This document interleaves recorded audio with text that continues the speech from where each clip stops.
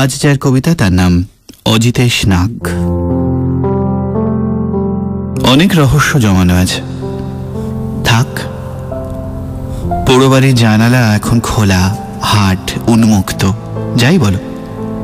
অনেক নোংরা আর মাকড়সার ঝুলঝালি, বসবাস স্থায়ী। এ জানালা ভিজেছে অনেক বৃষ্টিতে, অনেক কোমল আঙুলের ছোঁয়ায় হয়েছে শিহরিত। হয়তো কোনোদিন কোনো বিগত শতাব্দীতে আমিও দাঁড়িয়েছিলাম। অনেক যাপিত প্রতীক্ষার শেষে জানালা বন্ধ হয়েছে ধীরে ধীরে। আমার উর্বর জমি, আমার বীজতলা এখনো কুমার। আমি ফ্রিজ শটে আটকে গেলাম বিকেল বেলায়।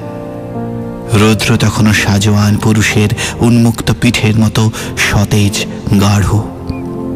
অনেক রহস্য অনুদ্ঘাটিতই রয়ে গেল।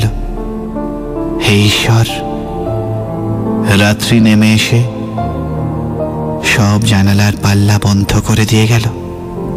শুধু দুজোড়া খিড়কির আড়ালে একজোড়া চোখের ভাসমানতা আজও রহস্য হয়েই থেকে গেল সেই জানালার প্রেক্ষাপটে।